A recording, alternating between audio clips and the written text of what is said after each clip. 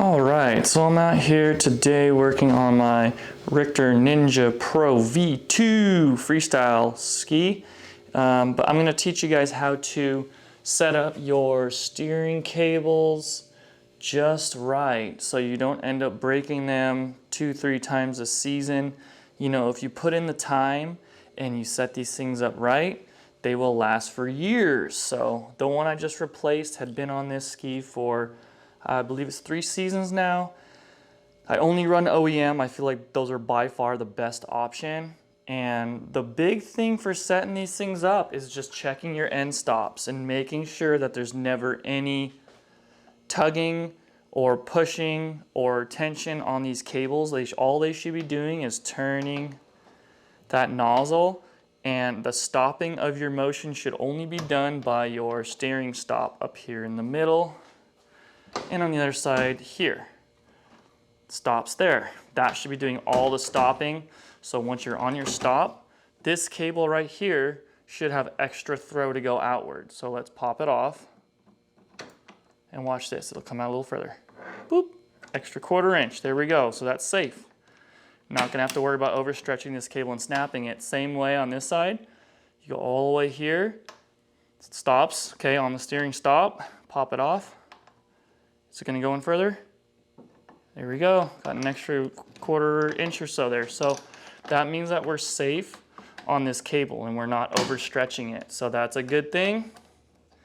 And also what this means, checking up here, it also means that my nozzle is not binding up, because if it were binding up, I wouldn't be able to push it like that once I popped it off. So if you have your cable set up where there's extra throw on the left and the right, you're not going to be breaking cables. So another thing to look at back here is going to be your nozzle.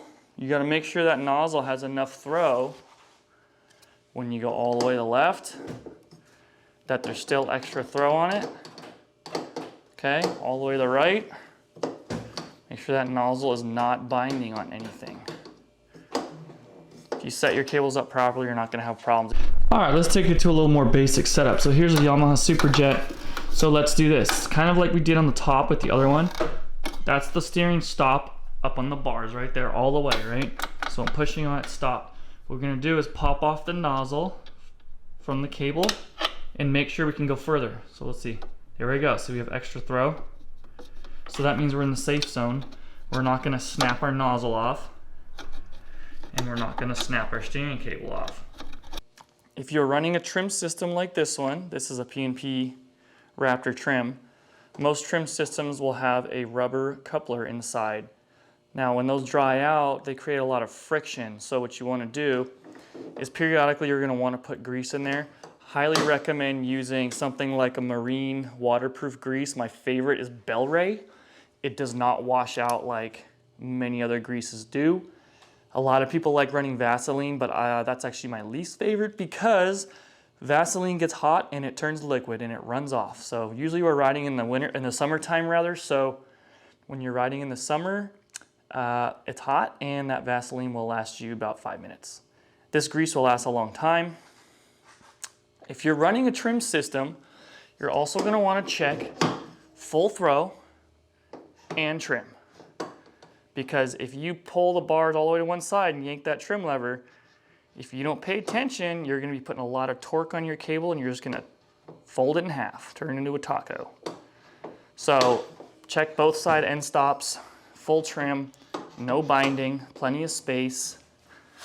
And I also had to bend my eyelet here to get it where I wanted it to where it doesn't bind. And I created little sleeves on top and bottom to give it more room to, let's see if we can get focused here, more room to go up and down without binding. So those are kind of the simple basics of what you want to check when you're setting up your steering cable. If you want it to last more than a couple rides, you take a big spill, land with the bars cranked. If you're not set up right, your cable's going to go bye-bye, and there goes another 180 bucks plus couple, at least a couple days of ride time lost and sad stuff. So hopefully that helps you setting up your steering cables in the future. These fundamentals are going to apply to any jet ski. It's going to apply to a freestyle ski with trim. It's It's going to apply to a stock Superjet, a 550, any of these. You need to spend the time to make sure your cable is centered properly so that you're not stretching that cable when you're turning one way and crushing it into itself going the other way. This is the trick to long-lasting cables. Thanks for joining me today. I'll see you next time. Have fun out in the water.